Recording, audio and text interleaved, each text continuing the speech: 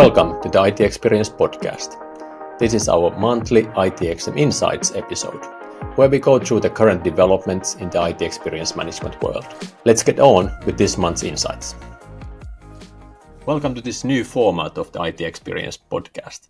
So actually, now we wanted to start doing a monthly recapping of all the current issues that are ongoing in the world of IT Experience Management, XLAs, and so on. So we decided that every month we'll gather up with Sami and Sakari, and we'll look at all the nice articles that we have found online, maybe some stories from events, from customers that we have heard, to kind of just talk about the current things. So great to have you here, Sakari and Sami. How do you feel about the new format? Let's see. Will be interesting how it goes. Yeah. To start it off, let's share a little bit about a certain event that we actually had. And it was something called the ITXM Summit. And you can actually go to our website on the homepage, and there's this box on the right side. If you're just now listening this as an audio, there's also a YouTube version where you have a video of us sharing stuff and showing diagrams and so on. But here, if you go to the replay ITXM Summit, you can find all these sessions. So we had Osvaldo Santos from Nestle talking about their journey, Chris Frazee from Campari Group, and then Niall Keating also talking about XLAs based on the XLA white paper that you submitted with Neil earlier. The success of the event kind of blew us off. So there was almost 1,000 people registered for the event. There were hundreds of people watching it live in different sessions. And now, of course, it's available on demand. So please go and check it out. It's free. You just go to the website. You can start clicking and watching here all the sessions. And I would especially like to thank Osvaldo, Chris, and Neil for joining us and all the participants of that. How did the event feel for you, Sami and Sakari?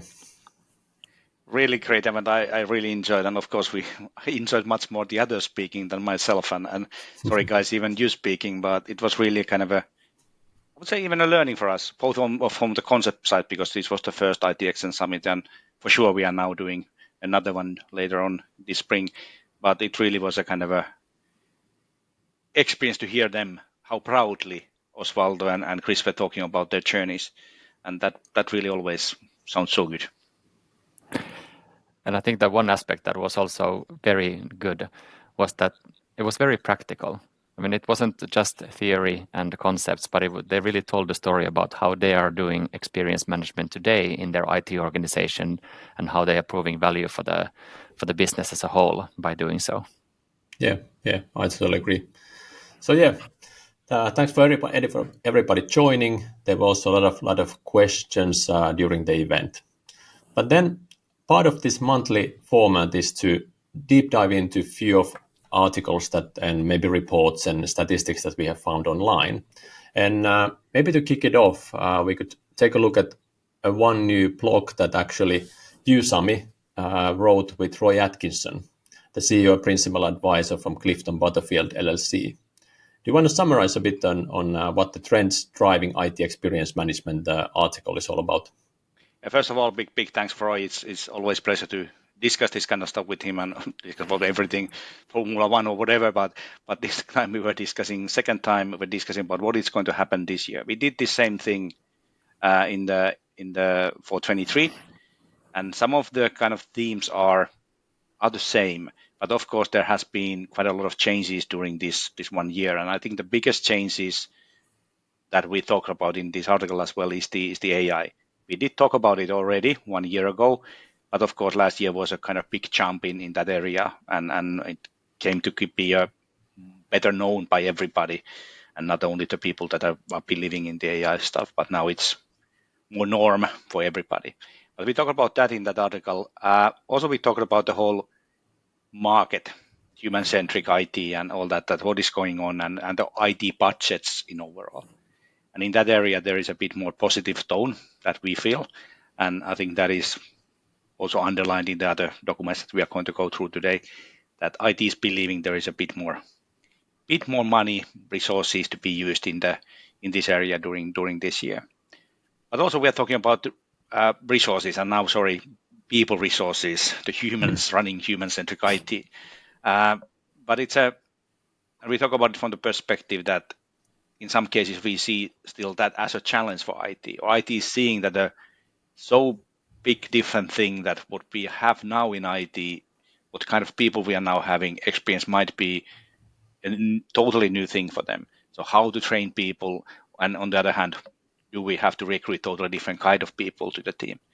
So these are main themes in there, that how the market is changing, how AI is involving this area, and also from the what kind of people we in IT need. So those are the things that we are talking most in this article. Any takeaways, Sakari, from your side? Yeah, I think the one aspect of AI is, of course, the efficiency piece, or providing more value, being able to automate things and get IT to be more efficient by implementing AI tools. But the interesting part there is that while the previous year maybe was focusing on how to do more with less, then one thing that is highlighted in this article was to do a lot with a little more. And I think that's also one of the pieces where the AI aspect, you invest a little bit into AI and the expectation is that you will get a lot out of it. And all of this ties back together. How can we demonstrate business value of AI? So interesting to see where this goes in 2024. Yeah. And Pasi, so you can find the link to this. Go ahead, Sami. Yeah, I was just thinking that maybe I can add here that, hey, book a demo with us if you want to see how AI is used on our product, and that was the commercial part of this webinar. All right. But then, if you want to go and read this, so there's a link in the show notes. You can of course find it from our website. But then the next article that we found actually highlights a little bit something that where we have been focused all the time, which is the human-centric IT. So there was a quite recent article by Forrester, by Andrew Hewitt and Carlos Casanova, about the future of IT experience monitoring is human-centric. Sakari, you stumbled upon this, so what's your analysis of the article Forrester has written? Yeah, I think when it comes to experience monitoring, of course, there's different approaches to this. And depending on which roles in IT are looking at experience, they will look at it from a different lens. But what Forrester now concludes is that there is no shortage of tools available today to monitor experience. We have lots of data. But the one common theme that they believe is the future of understanding the experience is to be holistic about it. And really looking at it from the human side and understanding how IT can best enable business users in the very human-centric approaches. And I think, Sakari, you were also interviewed for this research that they did. I think there are some quotes from you as well in the research, which is of course very nice to see. And that is not on the webpage here, but it's on the real report. But it's one interesting thing here that links this to also the thing what we did with Roy is that they are talking about AI in this report. And one of the key findings they are putting out there is that they interviewed a bit more than 150 people that are doing responsible AI in their organization. And those guys said that 33% of people, they expect that are going to use generative AI in their work during 24. For me, that sounds quite a low number. In fact, what I was expecting to see, but even and when thinking about who that was asked from, but maybe people who are responsible for AI in the big organization are more realistic than I am when it comes to the situation. But for me, that was a kind of an interesting finding in this one. Yeah. But yeah, this was really interesting, and like you mentioned, there is a full report behind this article. So again, I'll put the link to this article on the show notes. Please go check it out, and then you can find your way to the actual report. I think this kind of, now we have been talking about human-centric IT, AI, and so on. So I think this kind of takes us to the last article that we found for this month, which is from ITSM Tools about ITSM Advice for 2024. And even though we are talking about, and this is something actually where Sami, you contributed, but I'll first maybe highlight a few other things that now relate to the conversation we're having. So there was Barclay Ray saying that, bots and AI, those are the things they can deliver value, efficiency. But don't forget that you're still dealing with people, not just end users and numbers. People who do the work daily and those who rely on them. So again, it kind of comes back to the human centricity, even though we're talking about new technologies, AI, and so on. And then there was also, again, Simon Joe Moore saying that the human element is always and will be the underlying focus you need, regardless of industry area, of the organization or individual path. So again, yet another person saying that it's still humans, don't get too caught up with the AI and the technology and all that. It's still the human, the people, the employees of the company who are using all these tools, who are using the IT services.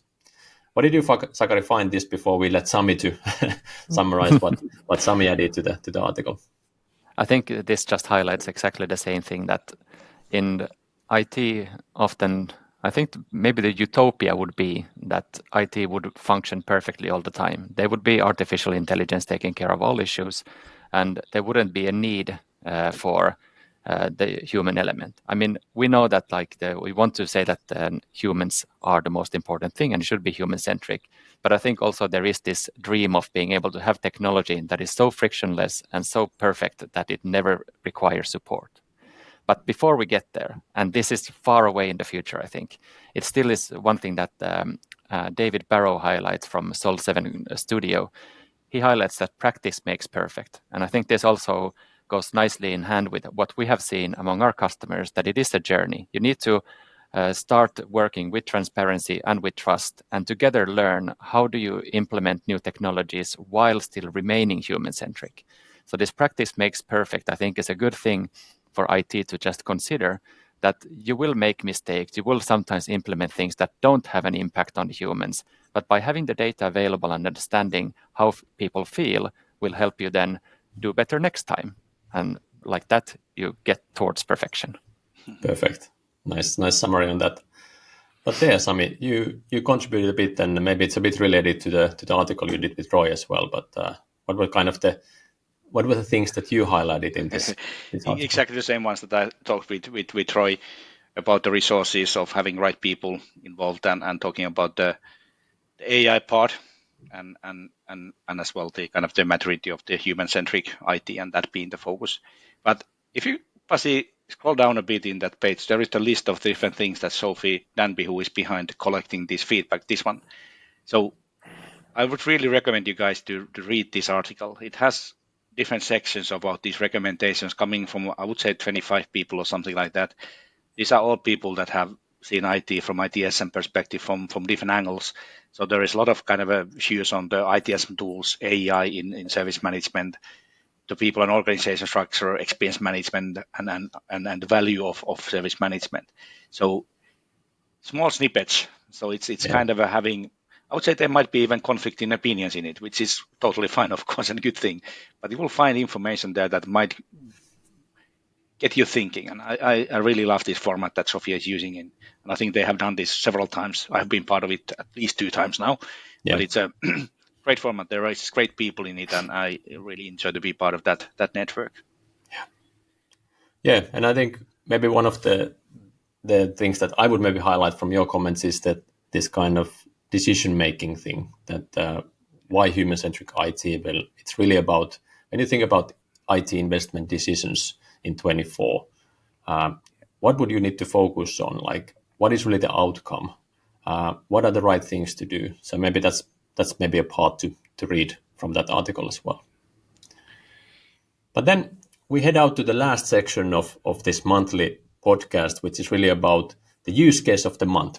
Because I think that these are always the things when we are having our user groups, our customers sharing stories with each other. So we thought that we maybe bring some of these outside of the closed community that is the Happy Signals users, but anonymously sharing some wins and some use cases that our customers have achieved. And there was this story from one customer saying that another team was about to invest in some external development work for a service when our champion showed them the experience data. In fact, the users were really happy with that. And it turned out that it was just one loud person requesting for the change, which would have been really expensive. So actually they were able to use the experience data and show the big volume of actually happy users on that, and managed to save the money for something else. What do you guys think about this? I love the story because and it's not only a story, it's a US customer of ours, but the thing there is that realistically, IT always has limited budget. And when we talk about human-centric IT, we are talking about using the money to maximize the value to the rest of the organization. So not for IT itself only, but for the rest of the organization, making the employees more happy and more productive. And this is a great example of that. It's not always that you find a thing that is lacking and you put resources on that. You have a better understanding, so you allocate your resources in more productive way. And as you said, I think this is one of the case examples of where there was one person that was having a strong opinion. And that is the risk if IT is only having individual stakeholders that we are talking with, and we are believing that is the whole truth.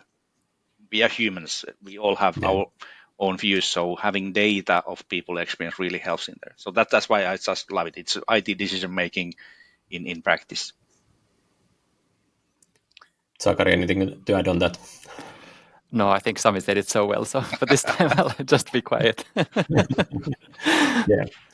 But hey, that ends our first monthly thing. And as you maybe see, this is still like a new format for us. But we try to keep it very casual and always bring these external things and these use cases that we have heard. So hopefully, even if you meet us now in the coming events in the spring, maybe there's some of those stories then we actually share in this podcast as well. But thank you for being part, and see you again next month. Thank you. Thank you. Hope you enjoyed this month's ITXM Insights. This is available as an audio podcast through our YouTube channel and also as a newsletter.